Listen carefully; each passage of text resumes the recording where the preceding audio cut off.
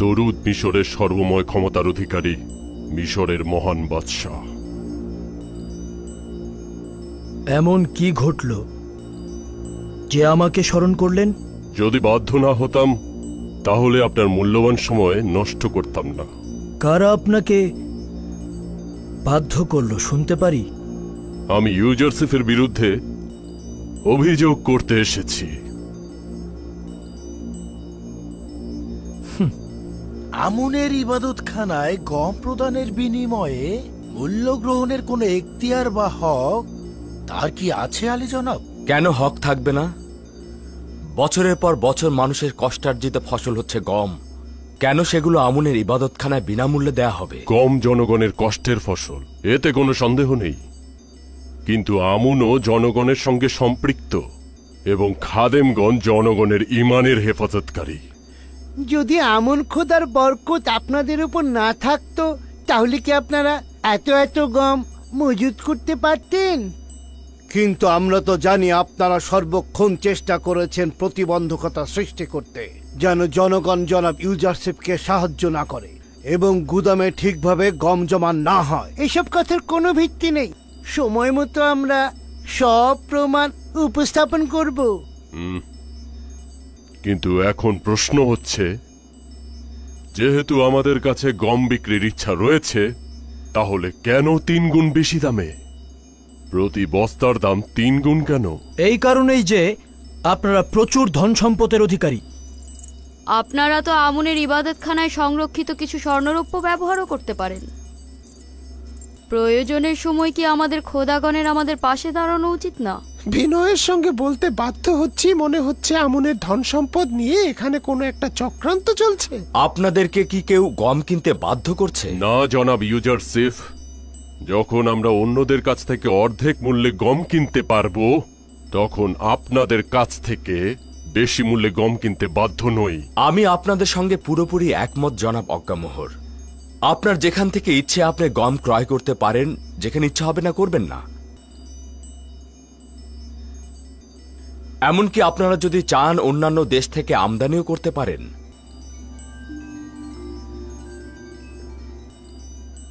আশা করছি আমাদের এই পদক্ষেপকে হুকুমতের বিরুদ্ধে গোলযোগ সৃষ্টি হিসেবে গ্রহণ করবেন না।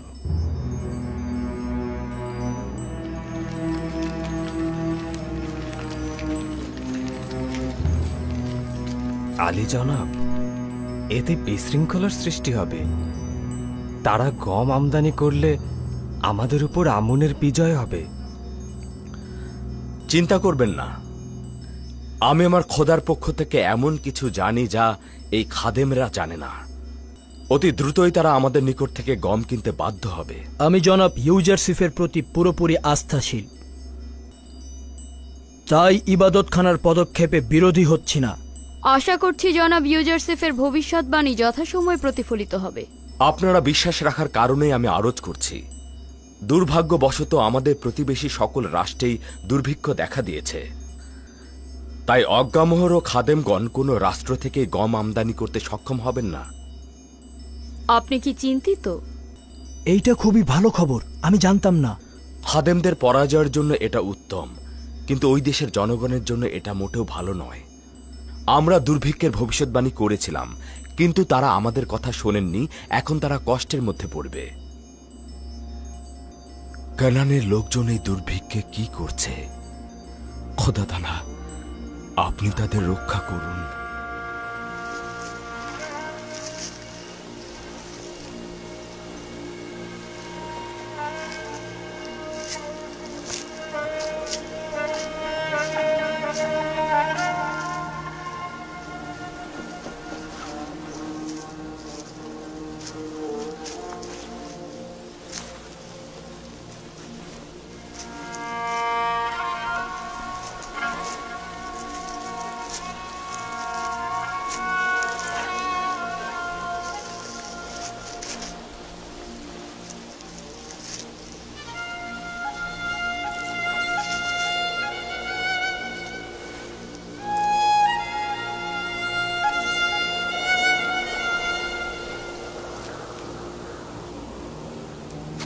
ইয়াহুদা, দেখো 10টি ছড়া থেকে পাওয়া এই গমের কি অবস্থা? এই গমগুলো তো কাটা যাবে না। বেনিয়ামিন, আব্বাজানকে গিয়ে এই গমগুলো দেখাও, তারপর জিজ্ঞেস করো যে গমগুলো আমরা এখন কাটবো না এভাবেই রেখে দেব। আচ্ছা, দেখি আব্বাজান কি বলে। আমরা একাত্মবাদী খোদার দিনের নবী হজরত ইব্রাহিমের অনুসারী। আমাদের কিতাব সোয়াফে ইব্রাহিম। দাদা জান, হজরত ইব্রাহিম কে ছিলেন? উনি আমার দাদা জান ছিলেন। খোদা তাআলার একজন পয়গম্বর ছিলেন এবং তিনি প্রথম কেনানে আগমন করেন। দাদা জান, আমাদের পূর্বে কি কেউ কেনানে বসবাস করত, নাকি কেনানে বসবাসকারী হিসেবে আমরাই প্রথম? না পুত্র আমার, আমাদের পূর্বেও কেনান ছিল এবং সেখানে কেউ কেউ বসবাসও করত। দাদা জান, কেন আমাদের বনি ইসরাইল বলা হয়? কেনানের প্রাচীন অধিবাসীরা তোমাদেরকে বনে ইসরায়েল বলে ডাকে, কেননা তোমরা আমার নাতি নাতনি ও আমার উত্তরসূরি। আমার আরেকটি নাম হলো ইসরায়েল, তাই তোমাদের ও তোমাদের পিতাগণকে আমার উত্তরসূরি হিসেবে বনে ইসরায়েল বলা হয়।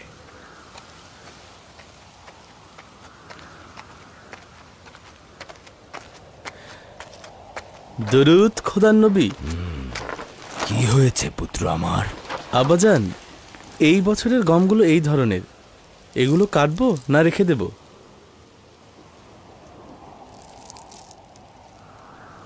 এগুলো আসলে ভালো ফসল নয়, কিন্তু আমরা তো অনেক চেষ্টা করেছি, কিন্তু উপায় নেই। সামনে বিপদ আসছে, তাই গমগুলো তুলে নিয়ে এসো, যেন কিছুটা হলেও মজুত করা যায়। দুর্ভিক্ষের সময় দেখবে ওগুলোই কাজে দেবে, নয়তো আমরা বাঁচতে পারবো না। হ্যাঁ, ঠিক বলেছেন আব্বাজান, মরে যাওয়া ছড়াগুলোও তুলে নিতে হবে। যদি আমাদের জন্য গম নাও থাকে, সেগুলো তো জীবজন্তুর খাবার হবে। হ্যাঁ, ঠিক বলেছ, তুলে ফেলো, এগুলোই এখন অনেক মূল্যবান। ঠিক আছে আব্বাজান, আসি। 30 বছর হয়ে গেল কল্যাণ ও বরকত আমার ছেলেদের নিকট থেকে দূরে সরে গেছে। যখন থেকে তাদের এক ভাই হারিয়ে গেল, তখন থেকেই তাদের জন্য সবকিছু কঠিন হয়ে গেল।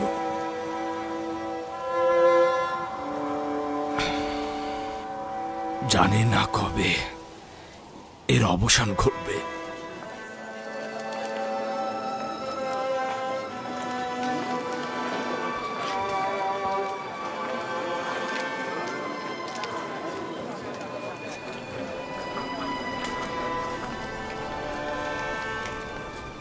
ইউজারশিপ ছাড়া মিশরের কারোর কাছে কোনো গম অবশিষ্ট নেই। মিশরের সমস্ত গম তারা গুদামে মজুত করে ফেলেছে। এটা আমি জানি, কিন্তু আমাদের উদ্দেশ্য হলো মিশরের প্রতিবেশী রাষ্ট্র থেকে গম আমদানি করা। আমি যতদূর জানি আমাদের প্রতিবেশী রাষ্ট্রগুলোতেও দুর্ভিক্ষ দেখা দিয়েছে। অন্য কোনো রাজ্যে খবর নিয়ে দেখুন, হয়তো সেখান থেকে আপনারা গম আমদানি করতে পারবেন।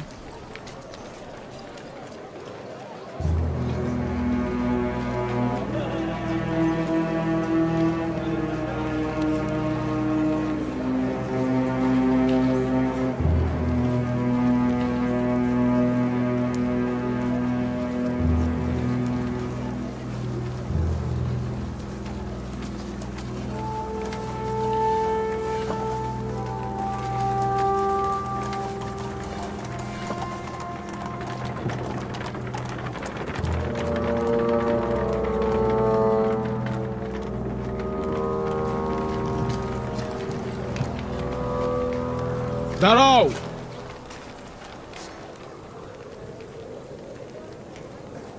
তোমাদের এই শহরে প্রবেশ করার কারণ কি? আমাদের জন্মভূমিতে দুর্ভিক্ষ দেখা দিয়েছে শুনেছি। মিশর পর্যাপ্ত গম সংরক্ষণ করেছে, তাই এসেছে সাহায্যের জন্য। তোমরা সম্ভবত খাবেরিয়া এলাকার অধিবাসী। হ্যাঁ, ঠিকই অনুমান করেছেন। এখানে দাঁড়াও, তোমাদের ব্যাপারে আমি সওয়াল করে আসছি। আমি ফিরে আসা না পর্যন্ত যেন এরা এখানেই থাকে।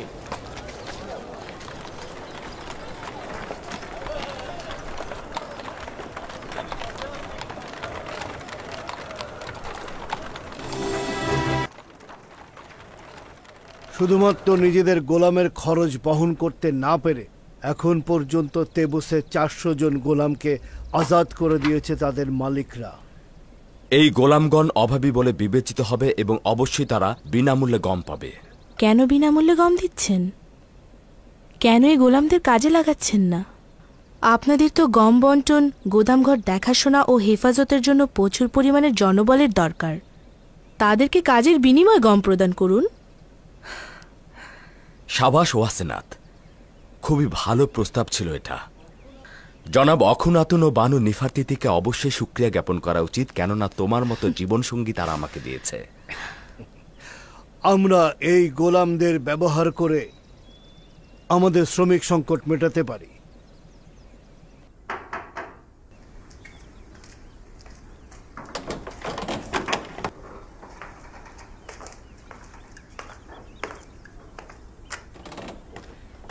দরুদ হাকিম জনাব ইউজারশিপ। তোমার উপরও খোদার দরুদ। আলী জনাব, আমি শহরের পূর্বের সদর দরজা থেকে এসেছি। সেখানে আমাদের প্রতিবেশী দেশ থেকে একদল লোক এসেছে। তারা খাবেরিয়া এলাকার লোক, গম কিনতে এসেছে। আগে জানতে হবে ওইসব এলাকায় সত্যি দুর্ভিক্ষ হয়েছে কিনা। কেবলমাত্র দুর্ভিক্ষ হলেই আমরা সাহায্য করব। যে সকল দেশে দুর্ভিক্ষ হয়েছে খুব শীঘ্রই সেই নামগুলো দাখিল করা হবে। মুনাফাখোরদের হাত থেকে রক্ষা করার জন্য 1 মাসের অতিরিক্ত গম অর্থাৎ 10 বস্তার বেশি কাউকে দেবেন না। আর মূল্যটাও নির্ধারণ করবেন দুর্ভিক্ষের পূর্বের অবস্থার। তাদের নাম ঠিকানাও সঠিকভাবে লিপিবদ্ধ করবেন, যাতে এর মধ্যে তারা আর গম উত্তোলন করতে না পারে। আর তাদের দিকে অবশ্যই ভালো করে দৃষ্টি রাখতে হবে, যাতে তারা কোনো যুদ্ধ অস্ত্র নিয়ে প্রবেশ করতে না পারে। এটি দুর্ভিক্ষ কবলিত দেশগুলোর তালিকা এবং বিশেষ নির্দেশনাবলী। এবার আপনি কিছু বলুন বানুতি। এরা ইবাদতখানা ধ্বংস করার ইচ্ছায় রয়েছে, এমনকি আমাদেরকে 3 গুণ বেশি দামে গম কিনতে বাধ্য করছে। এখানে আমার করার কি আছে? তারা বেশ কিছুদিন যাবৎ আমার রাজদরবারে প্রবেশ নিষেধ করেছে। আমার উপস্থিতিতে কোনো কথা বলে না। আমাকে ইবাদতখানার সাথে সংশ্লিষ্ট মনে করা হচ্ছে। যদি কিছু মাসের জন্য ইবাদতখানায় গম সরবরাহ করা হতো, আমরা আগামী বছর গম উৎপাদন করে এই সমস্যার সমাধান করে ফেলতাম। নিশ্চিত থাকো, পরবর্তী 5 বছর বৃষ্টি হচ্ছে না, গম উৎপাদন হচ্ছে না। জানি না কেন ইউজারশিপের ভবিষ্যৎবাণী হুবহু মিলে যাচ্ছে। আমরা সব সময় আপনার দিকে তাকিয়েছিলাম বানু। অখনাতুন তো ইউজারশিপে নিয়ে আমেন হতেব, শুনেছ? আমেন হতেব আমার সন্তান। আমি ওকে সব সময় এই নামেই ডাকবো। কখনো ওই ঠাট্টা বিদ্রুপের নামে আমি ওকে ডাকবো না। আচ্ছা ঠিক আছে বানু, আমেন হতেব। বানু, আপনি আমেন হতেবের রাজমহলে সব সময়ের জন্য আমাদের পক্ষের শক্তি ছিলেন। এখন দেখছি বানু আপনি আমাদের ভুলে গিয়েছেন। এটা কি ঠিক? আপনি আর একবার যদি জনাব অক্ষণ দুঃখিত, আমার ভুল হয়ে গেছে। জনাব আমেন হতেবের কাছে যেতেন, তাহলে ইবাদতখানার প্রয়োজনীয় গম সরবরাহ করা হতো। আচ্ছা ঠিক আছে, আমি নিজে চেষ্টা করে দেখব।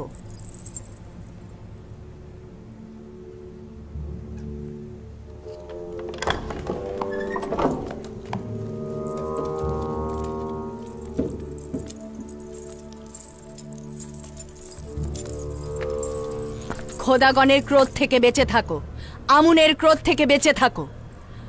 আমেন হতেব, যদি আমুন অভিশাপ দেয় তবে তুমিও তোমার গুদাম মাটির সঙ্গে মিশে যাবে। ইউজারশিপ তোমাকে ধোঁকা দিয়েছে, আমাদের সবাইকে ধোঁকা দিচ্ছে। ছাড়ো আমাকে।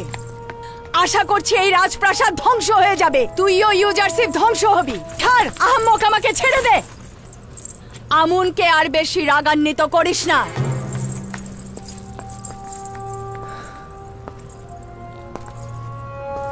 বানুতি খুবই রাগান্বিত। হয়তো ইবাদতখানার পক্ষ থেকে কোনো অপ্রীতিকর কথা শুনেছেন।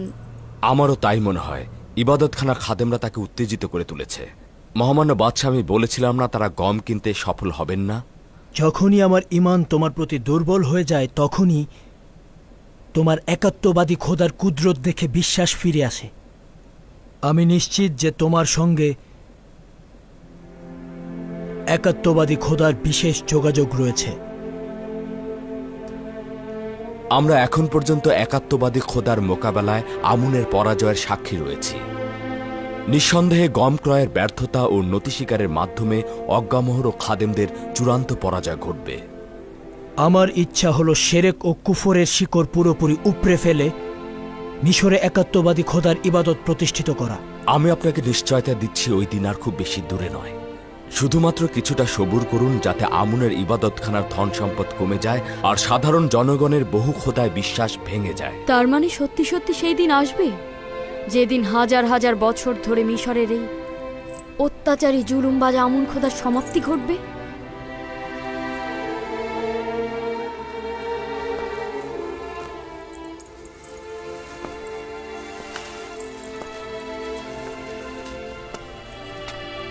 খোদা তালার ইচ্ছা একাত্মবাদী খোদার শিরক ও কুফরি ইবাদতকারীদের বিরুদ্ধে অবশ্যই তার বিজয় লাভ করবেন, আর খোদা তালার এই ওয়াদার খুব শীঘ্রই প্রতিফলন ঘটবে।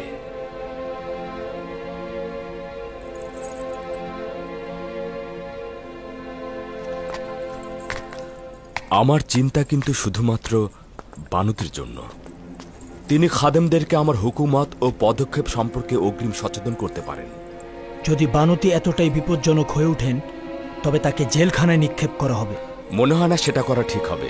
তাকে রাজমহলের মধ্যে নজরদারিতে রাখতে হবে, যাতে সে বাহিরের কারোর সাথে কোনো যোগাযোগ রক্ষা করতে না পারে। আচ্ছা ঠিক আছে, হরিণহবকে আমার নিকট পাঠিয়ে দাও। আমার মাতা বানুতি আজ থেকে নজরবন্দী। খাদেমদের সাথে তার যোগাযোগ যেন না হয়। তার সাথে যে দেখা করতে চাইবে আমার নিকট নিয়ে আসবে। তার রাজমহলের বাইরে যাবার ব্যাপারে কোনো অনুমতি নেই।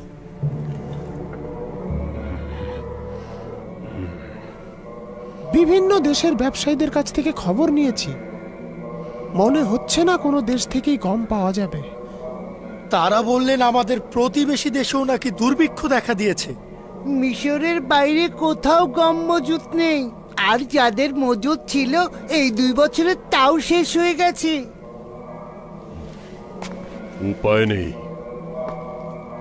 আমুনের ইবাদতখানায় হাজার হাজার খাদেমকে ক্ষুধার্ত অবস্থায় মারা যেতে দিতে পারি না। অধিক মূল্যে গম কেনা ছাড়া আর কোনো উপায় নেই। কিন্তু জনাব অজ্ঞামোহর, এই ধন সম্পত্তি ইবাদতখানার শক্তি।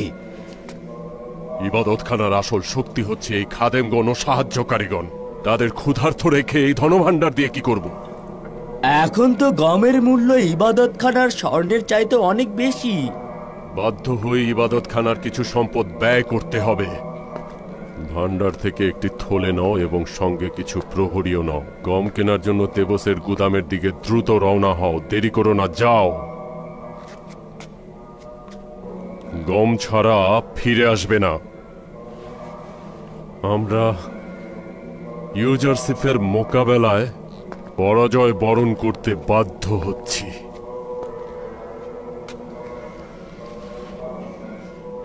কিন্তু সময় মতো ইউজারশিপ ও অখুনাতুনকে এই হাতের মুঠোয় নিয়ে আসবো।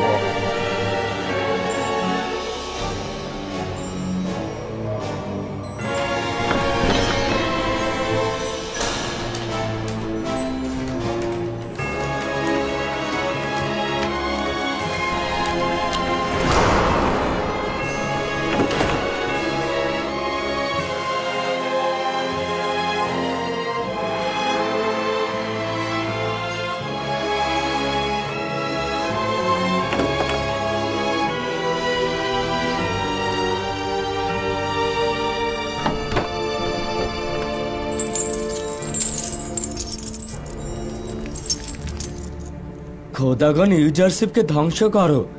আশা করি আমুনের অভিশাপে সে ধ্বংস হয়ে যাবে। এই ধন সম্পদগুলো আমুনের ইবাদতখানার শৌর্য ও ক্ষমতার প্রতীক।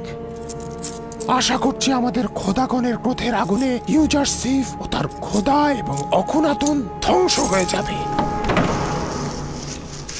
1 বোরা, 2 বোরা, 3 বোরা, 4 বোরা, 5 বোরা দিয়ে দাও। গোলাম ছিলে?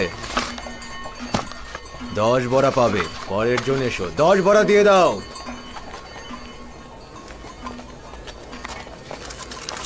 আশা করছি এই মুদ্রাগুলো আগুন হয়ে যাবে আর তোমাদের গুদাম ছারখার হয়ে যাবে। আমি তো দেখতে পাচ্ছি এই মুদ্রাগুলো তোমাদের ভেতরেই আগুন জ্বালিয়েছে। তোমরাই জ্বলছো আর বলছো যে আমরা জ্বলবো। ব্যাপারটা একটু উল্টো হয়ে গেল না?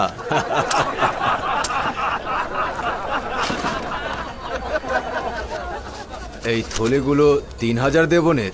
হ্যাঁ। ইবাদতখানার জন্য 1000 বড়া দাও। পরের জন এসো।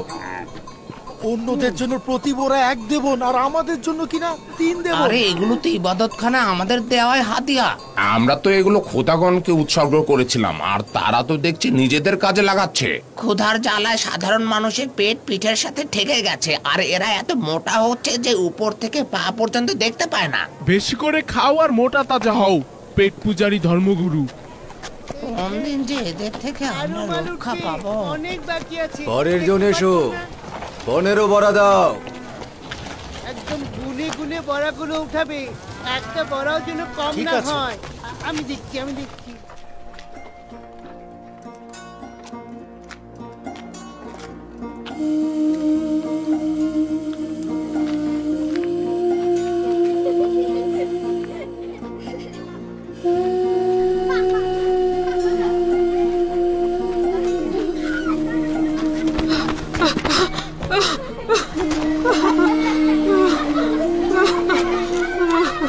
ইস, উনি পড়ে গেলেন।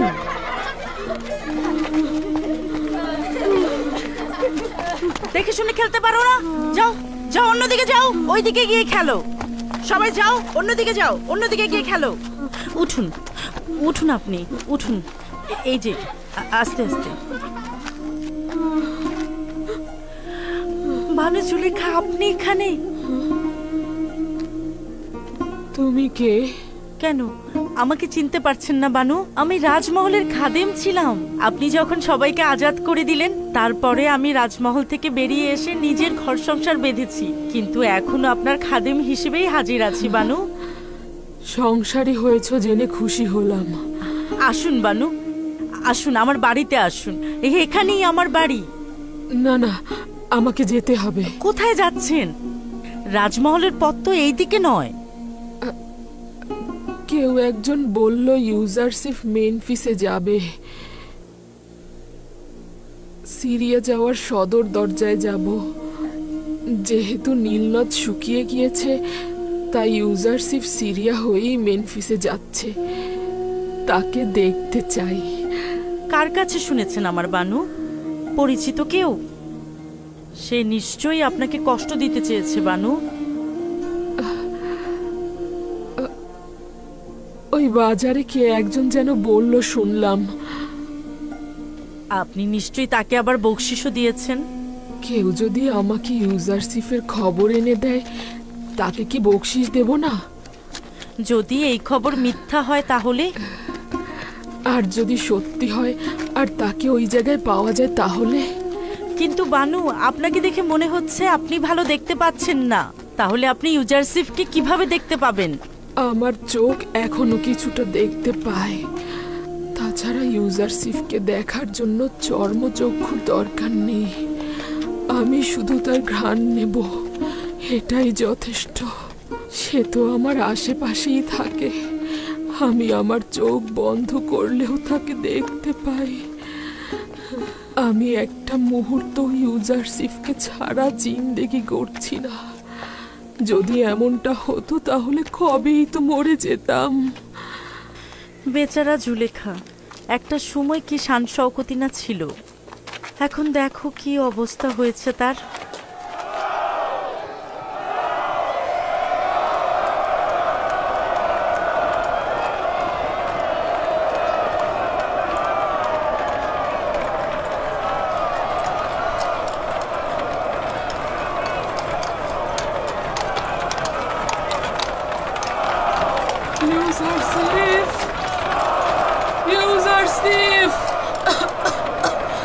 ইউসুফ!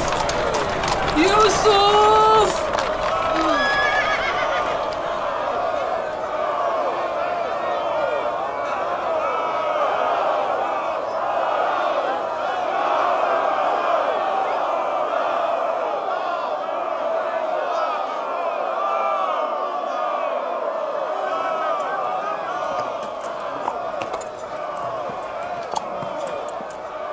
কি হলো আলী জনাব, কাউকে খুঁজছেন? মনে হলো আমি শুনলাম কেউ আমাকে ইউসুফ বলে ডাকলো। এখানে তো সবাই আমাকে মিশরের নাম ইউজারসিফ বলে জানে।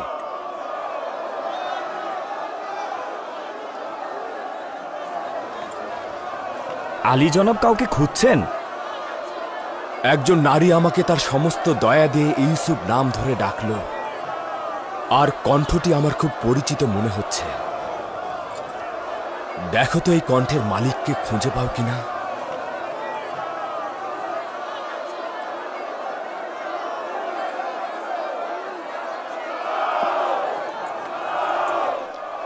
খোঁজ করে কোনো ফায়দা নেই। এই বিপুল জনস্রোতের মধ্যে একটি কণ্ঠস্বরকে ভিত্তি করে কাউকে খুঁজে পাওয়া মুশকিল। রওনা হোক।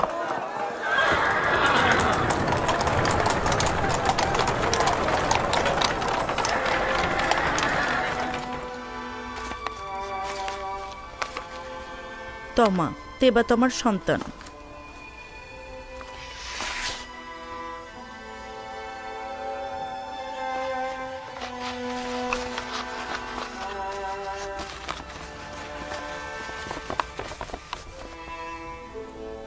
তুমি আজাদ হয়ে গিয়েছো।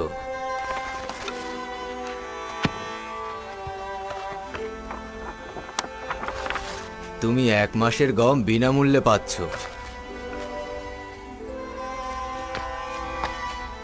10 বড়া। পরের জন এসো। নাম তিওমেনি, বেনেজির সন্তান।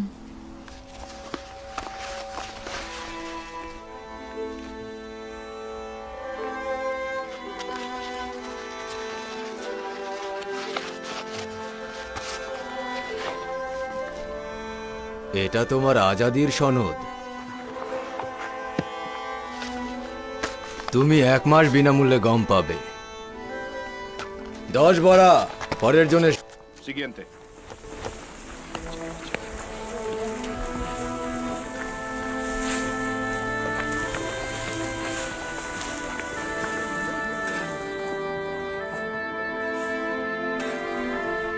এই নাও 20 বোরা।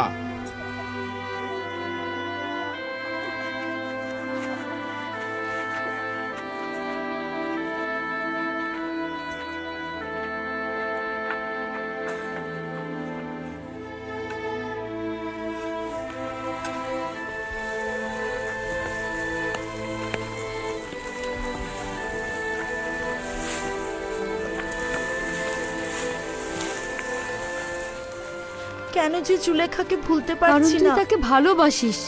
যদিও এটা সত্য, তার কামনা বাসনা আমাকে রাগান্বিত করত, কিন্তু এখনো আমি তাকে ভালোবাসি, কারণ তিনি অত্যন্ত মজলুম। সত্যি বলছি, আমি তাকে ভালোবাসি, এখনো অনেক ভালোবাসি।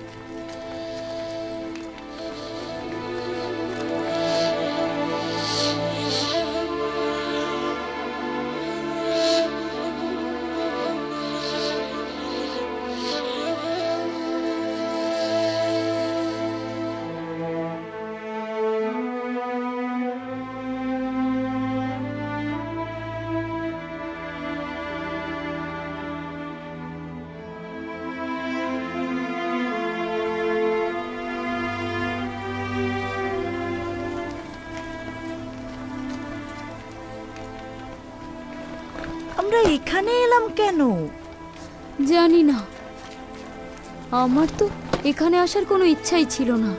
কথায় ব্যস্ত ছিলাম আর মনের অজান্তেই এখানে চলে এসেছি। যদি বানু জুলেখা আমাদের আবার এখানে দেখেন, বলবেন তোরা আবার এসেছিস। যদি একমত থাকিস এখান থেকে কিছু গম তাকে দিয়ে আসি। অবশ্যই একমত আছি, চল। কেননা তিনি তো আর গম আনতে যাবেন না, আর তাকে হয়তো গম দেবেও না। আমি তো ভয় পাচ্ছি তিনি কি খেয়ে বাঁচবেন। চল চল দেখে আসি।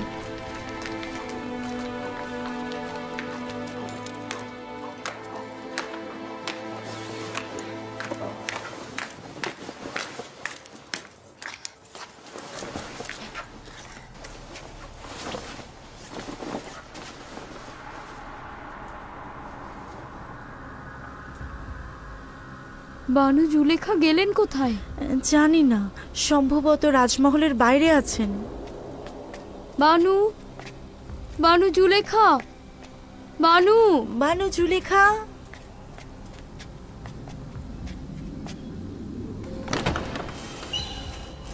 বানু, বানু, বানু, বানু, বানু,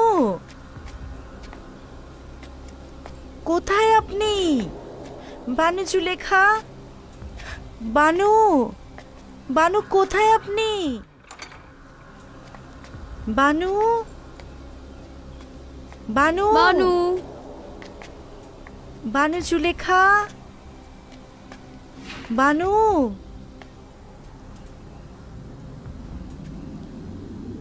আমার মনে পড়েছে তমা, আমি জানি বানু জুলেখা কোথায় গিয়েছেন। আমার মনে হয় তিনি বক্তব্য প্রদান মঞ্চের কাছে আছেন। আমরা বরং কিছু গম খামির করে রেখে যাই তার জন্য।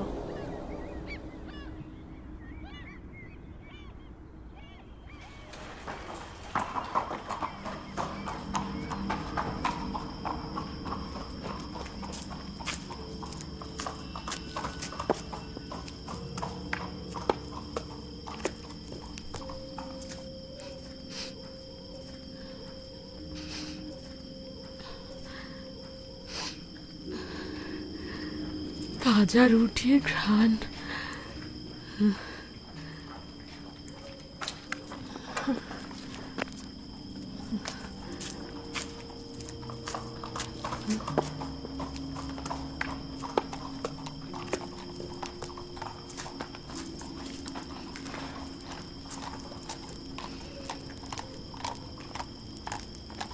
ওখানে কে?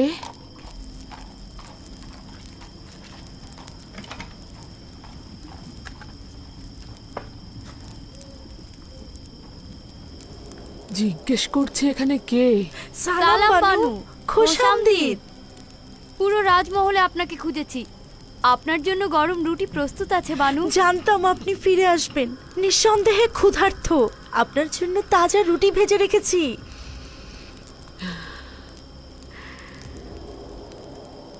বুলবুলির মতো কথা বলতে শিখেছিস তাই না? কে বলেছে তোদের এখানে আসতে?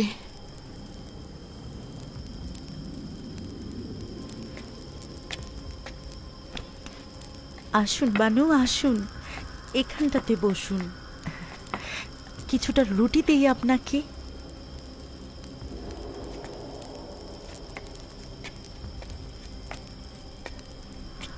মনে মনে ভাবছিলাম আপনি হয়তো ক্ষুধার্ত। কিছুটা গম পিষে আটা তৈরি করেছি আপনার রুটি তৈরির জন্য, আর কিছুটা গম আর আটা ওখানে রেখেছি। আমরা আপনাকে একটিবার দেখার জন্য এসেছিলাম। এখনই হয়তো চলে যাব। কোনো দরকার নেই যাওয়ার। মানুষ কি তার নিজের বাড়ি ত্যাগ করতে পারে?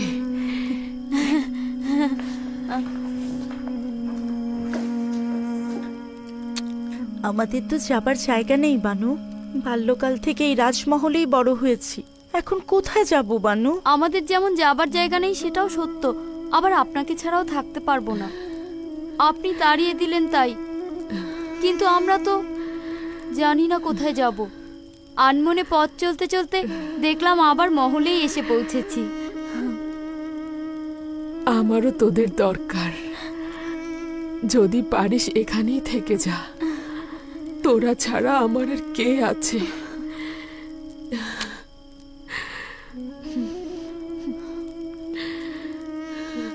আচ্ছা বানু, বললেন না তো আজ কোথায় গিয়েছিলেন?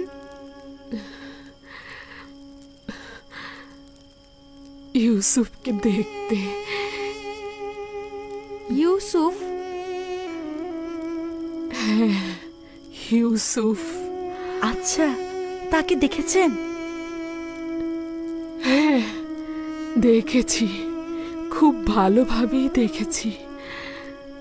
যতবারই ইউজারসিফ নামে ডাকলাম শুনলই না। ইউসুফ বলে ডাকার পরে শুনে ফেলল। ও আমাকে এদিক ওদিক খোঁজা শুরু করলো। তিনি কি আপনাকে দেখেছেন? না, আমার চেহারা লুকিয়ে ফেলেছিলাম, চাচ্ছিলাম না আমাকে এভাবে দেখুক। কিন্তু খুশি হয়েছি এ কারণে যে তাকে অনেক ভালোভাবে দেখলাম। এই দুর্বল চক্ষু দ্বারা? হ্যাঁ, পুরোপুরি অন্ধ হয়ে যাওয়ার আগে আমি আমার ইউসুফকে দেখলাম কতটা অভিজাত হয়েছে। সবাই তাকে কতটা সম্মান দেয়। সকলেই তাকে দেখে আনন্দিত হয়েছিল। কখনো কখনো লোকদের প্রতি হিংসা হচ্ছিল, কেন আমি ছাড়া সবাই তাকে ভালোবাসে। আবার কখনো কখনো আমার তাদের ভালোবাসা দেখে মনটা ভরে যাচ্ছিল, কেননা আমার মাহবুবকে আমার ন্যায় মর্যাদাবান মনে করছে এবং ভালোবাসা দিচ্ছে।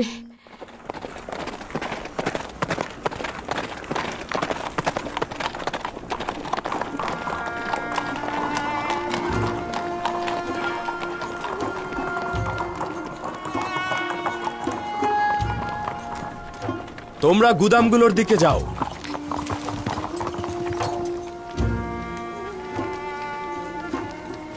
খোদাগণ হাকিম ইউজারশিপের হেফাজত করুক।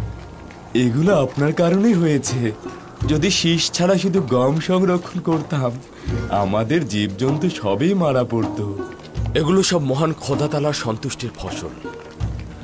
তবে গমগুলো শীর্ষসহ মজুতের ভিন্ন একটি কারণও রয়েছে, সেটা পরে জানতে পারবে।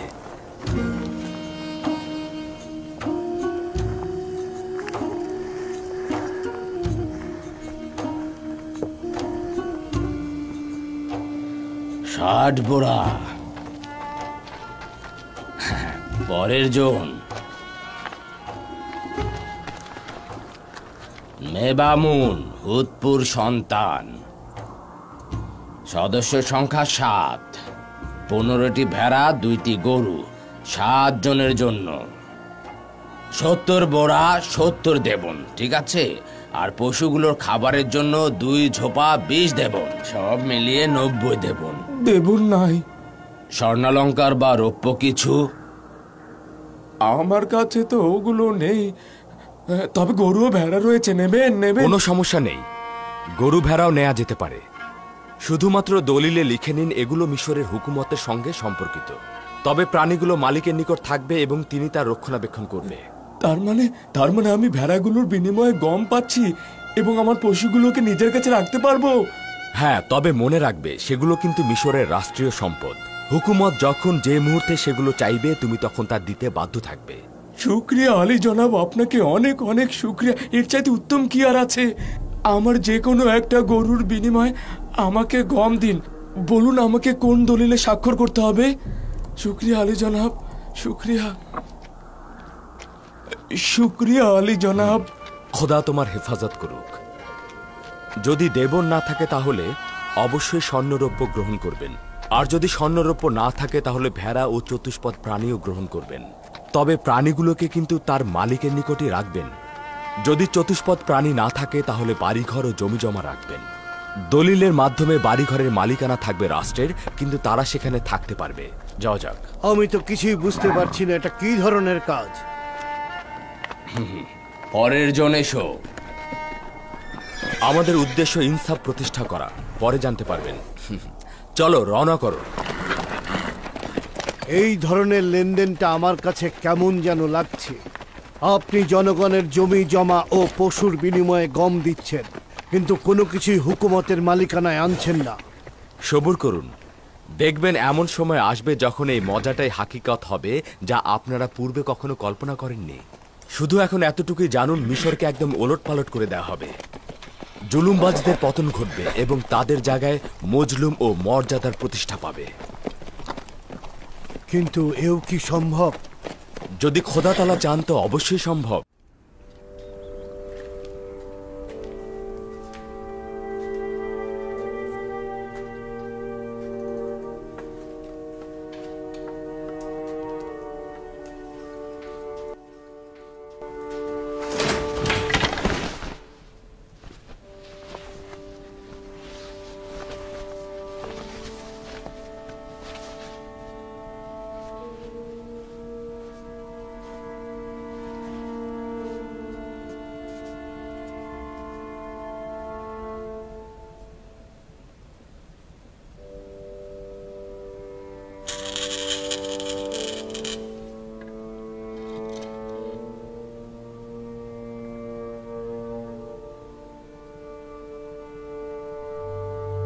তুই আমুন,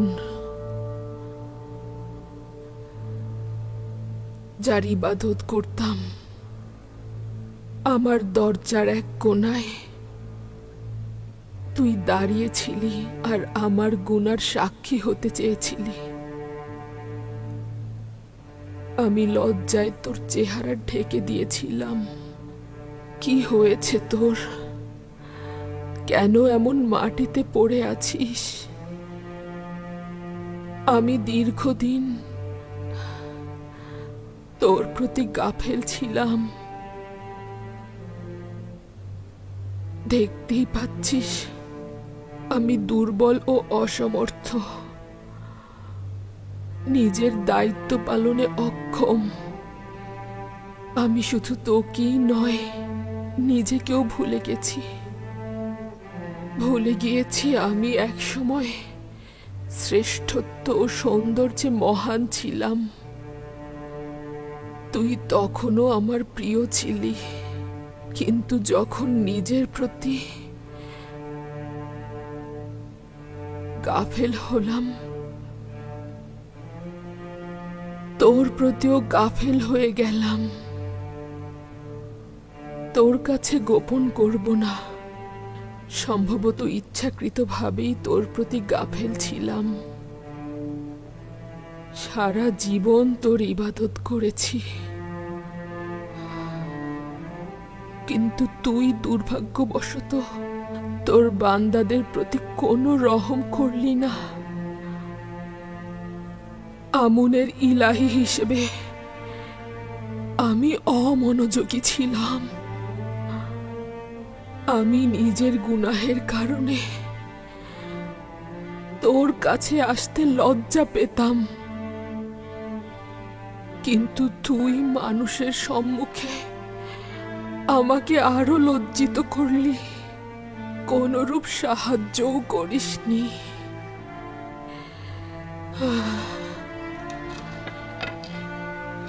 যাই হোক না কেন, তুই আমুন, তুই মিশরের মহান খোদা, কিন্তু না না,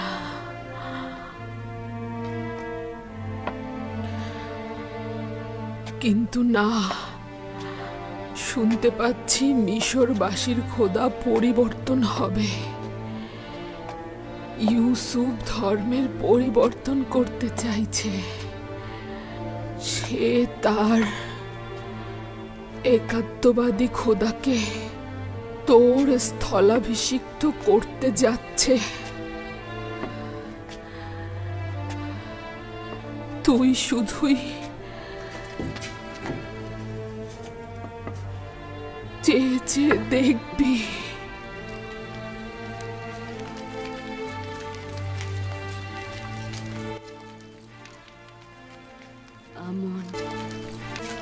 দেখলি তো, ইউসুফ একটা গোলাম ছিল, কিন্তু তার খোদা তাকে আজই যে মিশর বানালো। ইউসুফ এমন এক খোদার ইবাদত করে যে তার বান্দার প্রতি রহম করে। তাকে কি সম্মান জানানো উচিত নয়? আমুনের জায়গায় তারই তো ইবাদত পাওয়া উচিত। তুই আমার জন্য কি করেছিস? ইউজারসিফের খোদার কাছ থেকে অন্তত রহম করা শেখ।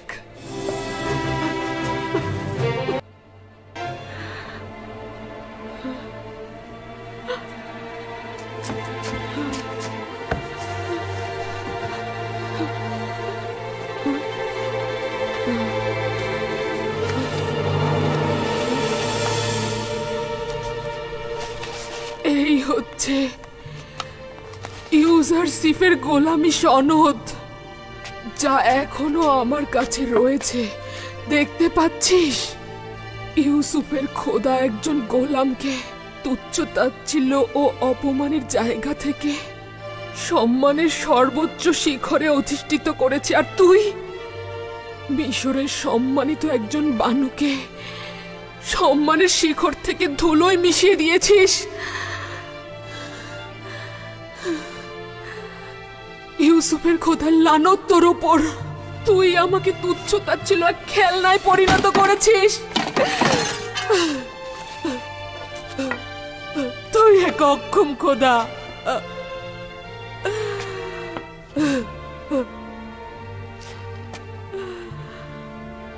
তুই আমাকে কিছুই দিতে পারিসনি। তুই আমাকে তুচ্ছ এক খেলনায় রূপান্তর করেছিস। আমি ধারণা করছি যে আমার এই অপমান অপদস্থ ইউসুফের খোদার ইচ্ছেতেই হয়েছে।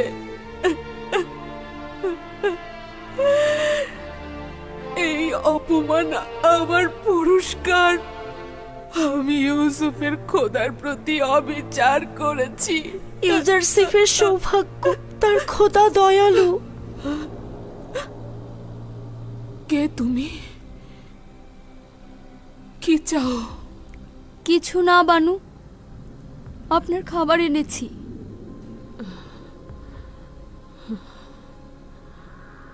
আমুনের সাথে কি করেছি দেখেছো? এটা তার প্রাপ্য ছিল, আরো আগেই করা উচিত ছিল। এখন আমি ইউসুফের খোদার হক কিভাবে আদায় করব? কিভাবে তাকে খুশি করব আমি?